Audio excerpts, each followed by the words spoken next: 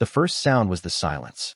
A dead, breathless quiet that fell over the valley just after midnight. A hush so complete it felt like the world holding its breath before a scream. Alara heard it from her bed, the way a miller hears the grinding stones fall still.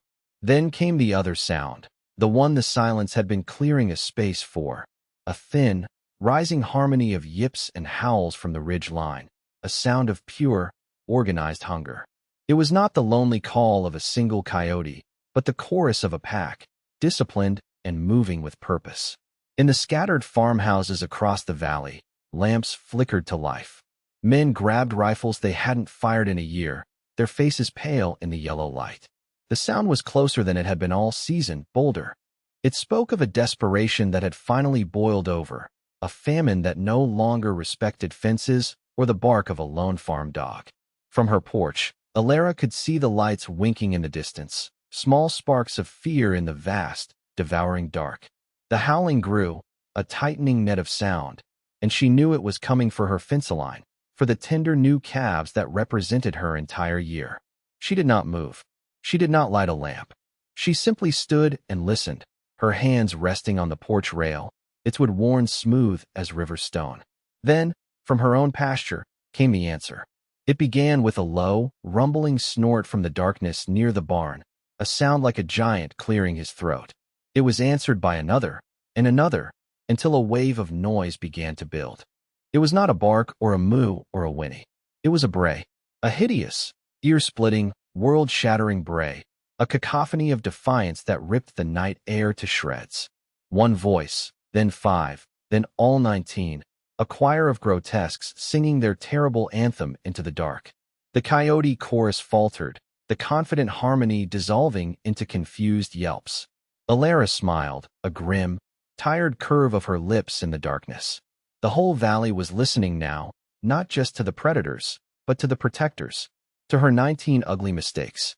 2 springs earlier, the only sound had been the wind and the laughter. The laughter was for her, Alara, standing alone in the dust of the county auction as the last of the Miller place was sold off. She'd bought the land itself for a song, 160 acres of bad luck, all rock and thistle with a creek that ran thin by August. A place fit for goats and sorrow. Jedediah Kane had pronounced from his seat on the fence rail, spitting a stream of tobacco juice for emphasis. The crowd had chuckled. They were her neighbors, the men who owned the lush bottomlands, whose cattle grew fat on sweet clover. They watched her with an air of pitying amusement. A woman alone, barely 25, with more stubbornness than sense. Then the auctioneer had moved on to the livestock, what was left of it. A dozen head of scrawny cattle, and then the final lot. Lot 47. The man had boomed, wiping sweat from his brow. 19 head of Millers. Well, 19 head of his donkeys. A fresh wave of laughter rippled through the crowd. They were infamous. A herd of mismatched, long-eared brutes Miller had collected for reasons no one ever understood. There was a monstrous gray jack with a torn ear and a gaze of profound malice, a shaggy brown Jenny with hips like a draft horse, and 17 others of varying sizes and shades of ugliness. They were too big for packing, too stubborn for plowing, and too homely for looking at. "What am I bid for this fine collection of barn ornaments?" the auctioneer joked. The silence was absolute. Jedediah Kane called out, "I'll bid you $1 to haul him to the rendering plant. How's that?" Alara raised her hand. Her voice was quiet but clear in the sudden stillness. $20, the auctioneer blinked. The crowd turned to stare. She was buying the useless land and the useless animals. It was proof, if any more were needed, that she was touched by some prairie madness. $20 from the lady, the auctioneer said, his voice laced with disbelief. "Do I hear 21? Going once, going twice." He didn't need to finish. The gavel fell with a crack that sounded like a final judgment. She had bought herself a circus, the whole town agreed. A circus with 1 clown and 19 ugly animals. As she signed the papers, a gentle hand touched her arm. It was old Mr. Echeverria, the Basque shepherd who ran his flock in the high country, his face a roadmap of sun and time. He didn't smile or mock. He just looked at her, his eyes dark and kind. "It is a strange choice," he said, his voice a soft rumble, accented and warm. "They are loud, I know," Alara said, not meeting his gaze. Some animals make a noise to run from, the old man murmured, looking out at the pen where the donkeys stood in a silent, dignified clump. Some make a noise that makes others run. You must know which is which. He patted her arm once and walked away, leaving her with the deed to a broken-down farm and the ownership of 19 problems, each with long ears and a profound skepticism of the world. The first few months were a litany of labor. The fences were a lacework of rust and hope, and she spent a month walking the perimeter, her hands raw from stretching new wire. The barn roof had more holes than a sieve, and every time it rained, the floor turned into a thick, sucking mud. She rose before the sun, her body aching with a deep, clean fatigue, and worked until the last light faded from the sky. The cattle were skittish, but the donkeys were a different kind of challenge. They were not hostile, but possessed a deep and abiding stubbornness that was almost philosophical. They would not be driven. They would only be led, and only if they deemed the destination worthy of their consideration. She learned early that a raised voice or a switch was met with an immovable stillness, a planting of 4 huge hooves that seemed to grow roots into the earth. Patience, she discovered, was the only currency they traded in. And observation. She learned their language, which was not one of sounds so much as of posture. The twitch of an ear meant curiosity. A lowered head and a soft rumble was a greeting. A stiff tail was a warning. She moved the herd together, the cattle and the donkeys, into the largest pasture. The neighbors watched her from the road, shaking their heads. Cattle won't graze with asses, Jedediah Kane told the men at the feed store. They'll be spooked witless by the braying. She'll lose half her stock to the wire before winter, but the cattle, after a few days of wide-eyed caution, seemed to settle. The donkeys ignored them with a placid dignity, preferring to graze on the tough, bitter weeds the cows wouldn't touch. They formed a loose, shifting perimeter around the cattle, their large bodies like gray, watchful stones. They were intensely curious. When she was digging out a post hole, 2 or 3 would amble over to supervise, their long faces peering down into the hole with solemn interest.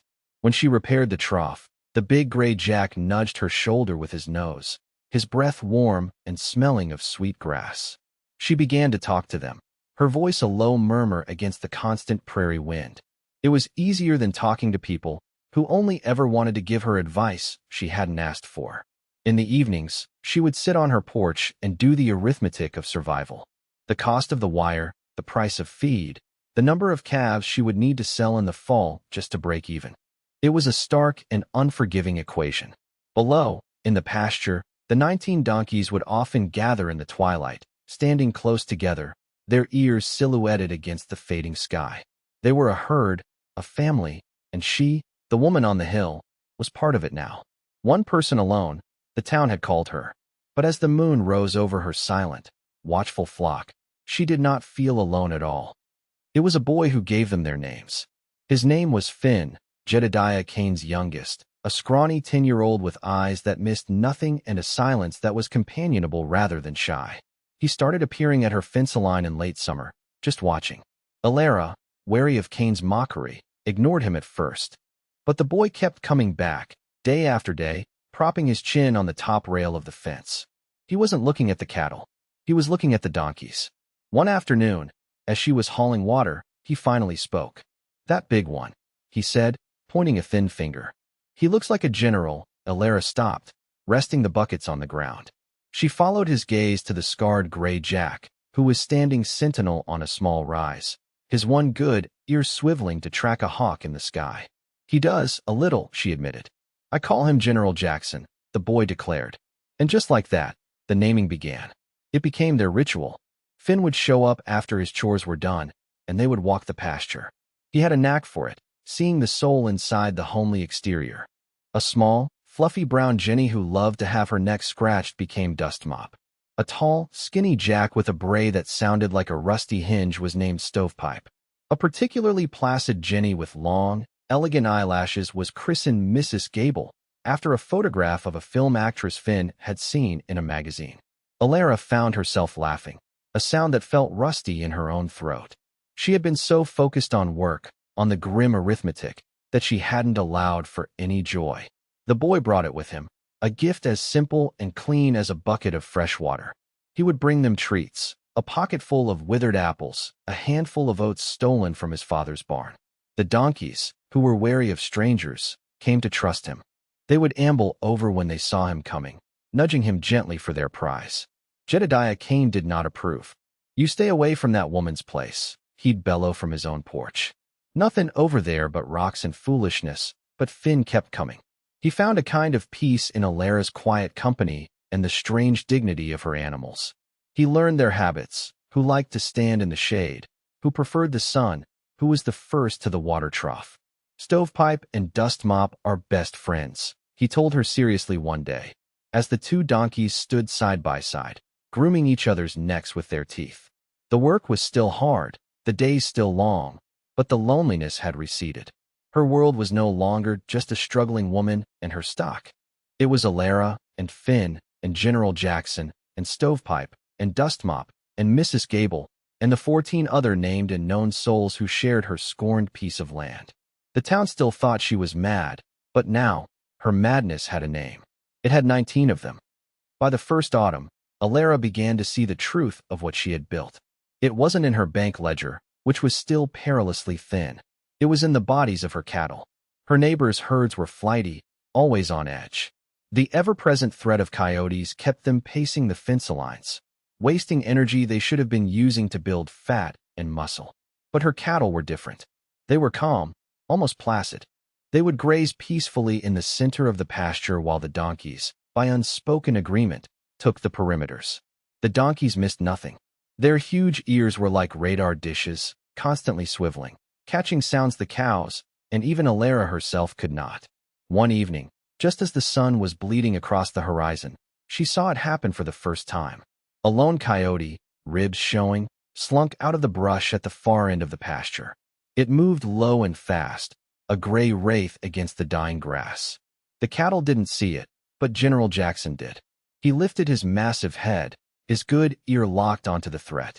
He let out a single, explosive bray, a sound less of fear than of pure, violent indignation. It was not a warning. It was a charge. He moved with a speed that was shocking in an animal so large, his hooves thundering on the hard-packed earth. Two other jacks, Stovepipe and a big brown one Finn had named Barnaby, fell in behind him. The coyote, a creature of stealth and surprise, was not prepared for a direct, noisy, and utterly furious assault.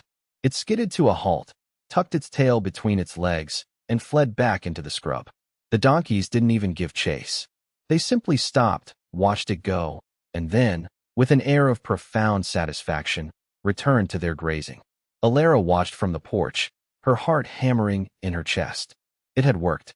The secret she had been nursing, the fragile hope she'd built on an old shepherd's words, was real. She kept the victory to herself, a small, warm coal banked low under ash. To tell the town would be to invite more scorn, more disbelief. It was easier to believe a thing is rotten than to admit you were wrong to mock it. The arithmetic began to change. Her cattle were heavier. They were healthier. When she weaned the calves, they were bigger and stronger than any she had raised before. The donkeys, foraging on the thistle and scrub the cattle left behind, cost her almost nothing in feed.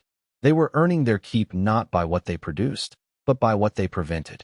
They were 19 vigilant, ugly, and utterly effective guardians. The equation was no longer just about survival. For the first time, a new and unfamiliar variable began to creep into her calculations, the possibility of profit. The arrival of Mr. Abernathy, the cattle buyer from the city, was an annual event in the valley. He was a man who saw livestock not as animals, but as numbers on a ledger. He was sharp, impatient, and had a reputation for driving a hard bargain. He always started at the Cain place, then worked his way through the other big ranches. This year, on a whim, he decided to drive up the rutted lane to Alara's farm. The town had told him not to bother. Waste of time, Jedediah had grunted. Skinny cattle and a woman who prefers the company of jackasses, Abernathy found Alara mending a gate, her face smudged with dirt. She met his gaze without flinching. He gestured toward her pasture. "Let's see what you've got." He walked into the herd, a thing he rarely did. Usually, cattle would scatter, their eyes rolling with panic. But Alara's merely lifted their heads, chewed thoughtfully, and watched him pass. The donkeys observed him from a distance, a silent committee of supervisors. Abernathy stopped, running a practiced hand over the flank of a young steer. He felt the solid muscle, the layer of healthy fat. He walked from one animal to the next, his expression unreadable. He ignored the donkeys completely, as if they were merely an odd feature of the landscape, like a peculiar rock formation. Finally, he turned back to Alara. "They're quiet," he said. It was the highest compliment he could pay. "They put their energy into growing, not running." He named a price per pound. It was 2 cents higher than the one he'd given Jedediah Kane. Alara's breath caught in her throat. It was more than she had dared to hope for. "I'll take the whole lot," he said, pulling out his book. As he wrote the check, he paused. "Whatever you're doing here, ma'am, keep doing it. Calm cattle bring a premium." The news traveled through the valley on wings of gossip. Alara had gotten top dollar. Top dollar for her scrawny cows from her rocky land. The mockery in the town began to curdle into a confused, resentful curiosity. It made no sense. It was then that Silas Croft first came to call. He was a land agent from the county seat, a man who dressed in city clothes and smelled of bay rum and quiet greed. He moved through the world with a smooth, false warmth that set Alara's teeth on edge. He complimented her on her unexpected success, his tone laced with a condescension she felt in her bones. "It's a great deal for a young woman alone to handle," he said, leaning against her porch rail as if he owned it. "This kind of luck, it doesn't last. A bad winter, a dry summer. It could wipe you out." He made his offer then, a lowball figure for the entire property, couched in the language of concern. He was offering her a way out, a chance to take her small profit and leave before disaster struck. "I'm not selling," Alara said, her voice flat. Croft's smile didn't waver, but his eyes went cold. "A pity," he said. "A person ought to know when to quit when they're ahead." He tipped his hat and left, but Alara knew she had not seen the last of him. He had smelled value where others had only seen foolishness, and now, like the coyotes on the ridge, he would be watching, waiting for a moment of weakness. The next spring brought no rain. The sky remained a pale, unforgiving blue, day after day after day. The creek that bisected Alara's property, usually a healthy burble in May, shrank to a muddy trickle. The sweet clover in the bottomlands turned brown and brittle. The valley held its breath, praying for a storm that never came. The drought tightened its grip like a fist. The grass became tinder, and the ranchers were forced to buy hay at inflated prices, watching their profits wither with the pastures. With the drought came the coyotes. Driven from the high country by a lack of water and game, they grew desperate. Their howling at night became a constant, unnerving presence. They were no longer content to pick off the weak or the stray. They grew bold, testing fences, their eyes gleaming just beyond the ring of lantern light. The losses began. A calf taken from a herd near the river. 2 lambs from a small flock on the valley's edge. Jedediah Kane lost 3 calves in a single week, their mothers lowing in grief by the bloody patches of grass where they had last been seen. Panic began to settle over the valley, a low-grade fever of fear and anger. Men patrolled their fence lines at night, their faces haggard from lack of sleep. The community, once bound by a shared sense of prosperity, began to fray. Accusations flew. Fences were being cut, gates left open. Suspicion turned neighbor against neighbor. Alara's land, however, remained an island of calm in the growing storm. Her well, sunk deep into the earth, had not yet failed, and her guardians were tireless. The donkeys seemed to understand the heightened threat. They patrolled more actively, their formations tighter. They would stand for hours on the high points of the pasture, their ears scanning the horizon. Her water trough became a point of contention. Thirsty deer and other wildlife would venture down for a drink, and the coyotes would follow. But the donkeys held the line. They would allow the deer to drink, but the moment a coyote appeared, a phalanx of gray bodies would move to block the path, their silent presence more intimidating than any fence. The arithmetic had turned grim again, but this time, it was for the entire valley. Alara watched the growing desperation of her neighbors with a heavy heart.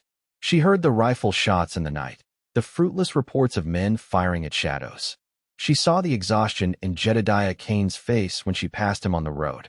The mockery was gone, replaced by a deep, anxious scowl. The coyotes were winning. They were patient, they were hungry, and and they were everywhere. And as the summer heat baked the valley into a cracked, brown husk, Alara knew the worst was yet to come. The night of the attack was airless and dark, the moon a hidden sliver behind a high, thin haze. The silence that fell just after midnight was deeper than ever before. Alara felt it in the house, a pressure in her ears. She was already on the porch when the first howls began, closer than she had ever heard them, a multi-pronged assault from the north, west, and south ridges simultaneously. This was not a raid. This was a siege. Down in the pasture, the cattle sensed it. They bunched together, a lowing, terrified mass, their bodies trembling. But the donkeys did not panic. They had been waiting. General Jackson let out a single, guttural command, a bray that was less a noise and more a physical force. Instantly, the 19 donkeys formed a living wall around the cattle. They stood shoulder to shoulder, their heads up, their ears pointed outward, a ring of grim-faced sentinels. The first wave of coyotes hit the north fence line, a blur of gray bodies flowing over the wire. They were met not by fear, but by fury. General Jackson and 2 other large jacks charged forward, their teeth bared. A donkey's kick is a legendary force, a piston of bone and hoof that can shatter a predator's skull. The night exploded with the sounds of the battle, the sharp crack of hooves on bone, the enraged squeals of the coyotes, and the relentless, terrifying braying of the donkeys, a sound designed by nature to unnerve and intimidate. It was brutal and efficient. The coyotes, accustomed to panicked prey, had no answer for a defense that charged back. A second wave tried to breach the southern fence, but they were met by Mrs. Gable and a contingent of Jennies who fought with a maternal rage that was even more terrifying than the Jack's aggression. They kicked, they bit, they stomped. They were not defending territory. They were defending a nursery. Lights blinked on in the farmhouses below. The entire valley was awake, listening to the war being waged on Alara's land. They could distinguish the sharp, frantic yelps of the coyotes from the deep, resonant calls of the donkeys. It was the sound of their own ruin being averted, played out on the one piece of land they had all dismissed as worthless. Alara stood on her porch, her rifle held loosely in her hands. She had not fired a shot. Her army needed no general. They had their own. For nearly an hour, the battle raged. Then, as quickly as it began, it was over. The surviving coyotes melted back into the darkness, leaving their dead behind. The braying subsided, replaced by the soft sounds of the herd resettling, the snorts and rumbles of a victorious troop. In the first gray light of dawn, Alara walked the fence line. The ground was littered with the bodies of more than a dozen coyotes. Inside the pasture, her cattle were shaken but unharmed. Every single calf was accounted for. The donkeys stood quietly, some bearing minor cuts and scratches, their shaggy coats matted with dust and sweat. General Jackson had a long gash on his shoulder, but he stood tall, his gaze fixed on the ridge line, ensuring the enemy was truly gone. He looked less like a circus animal and more like a king. By mid-morning, they started to arrive. They came not in a group, but one by one, their trucks pulling up her lane slowly, as if approaching a sacred site. Jedediah Kane was among the first. He didn't speak, just walked the fence line with Alara, his eyes taking in the carnage. The dead coyotes, the intact herd, the calm, watchful donkeys. The story was written there on the ground for anyone to read. The mockery that had defined their relationship for 2 years had evaporated, leaving behind a stark and humbling silence. The perception of the entire valley had been reversed in a single night. What had been ugly was now beautiful. What had been foolish was now the deepest wisdom. As the other ranchers gathered, their faces a mixture of awe and shame, Silas Croft's shiny automobile pulled up. He stepped out, his city clothes looking absurdly out of place. His smile was gone, replaced by a look of sharp, predatory calculation. He had heard the story in town, had understood the implications immediately. An impressive display, Miss Alara, he said, his voice loud enough for all to hear. You've proven your point. You now own the safest pasture in the entire county. He took out a checkbook. I'm prepared to make you a serious offer. A price that reflects this new reality.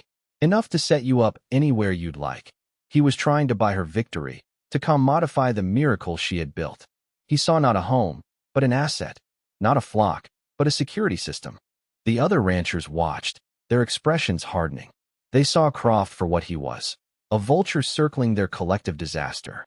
Alara looked at Croft, then at the faces of her neighbors, men who had laughed at her, but who were now broken by fear and loss. She turned back to the land agent.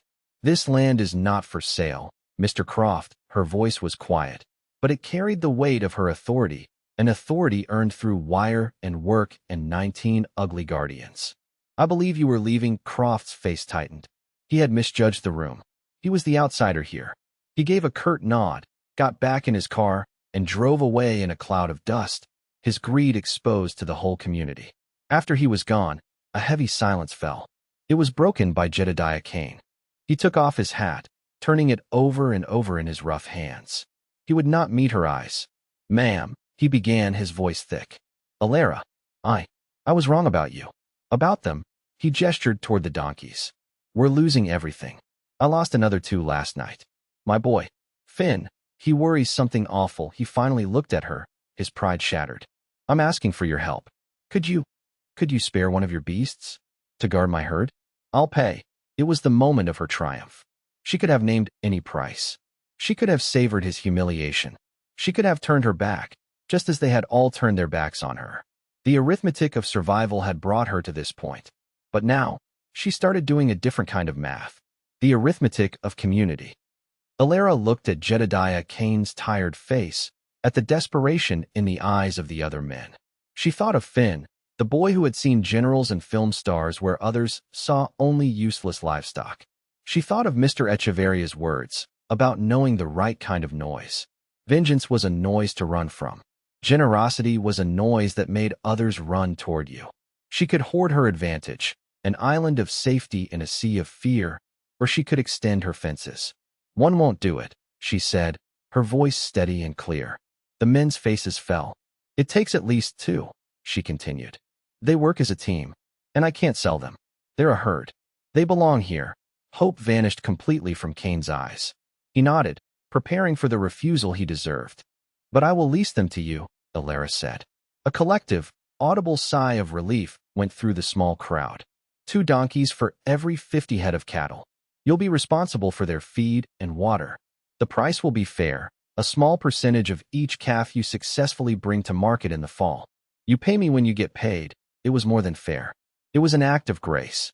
She was tying her success to theirs, gambling on the recovery of the very community that had scorned her. There were no handshakes, but there were nods of deep, solemn respect. An agreement was made. The rest of the day was spent in a flurry of activity. Finn, his face alight with a joy so pure it almost hurt to look at, helped Alara make the selections. He knew who was bonded with whom, which pairs would work best together. Stovepipe and Dustmop went to the Canes. Barnaby and a steady Jenny named Willow went to the next farm over. By evening, a strange and wonderful sight unfolded across the valley. Pairs of long-eared, shaggy guardians were being introduced to their new temporary herds. There was some initial confusion, some nervous snorting from the cattle, but under the watchful eyes of the ranchers, the integrations began. That evening, as the sun set, Mr. Echeveria's old truck rattled up her lane. He got out and joined her on the porch, his gaze sweeping over the transformed landscape. Below them, in the pastures that stretched for miles, they could see them, small, gray shapes standing sentinel among the cattle of her neighbors. The valley was quieter than it had been in months. It was a new kind of quiet, not the silence of fear, but the silence of safety. The old shepherd smiled, a deep creasing of the lines around his eyes. "You see," he murmured, his voice full of a gentle warmth. "You have taught them all the right kind of noise." Alara looked out at her valley, at the scattered lights of the farmhouses, no longer sparks of fear but beacons of a shared, protected peace. She was not a woman alone.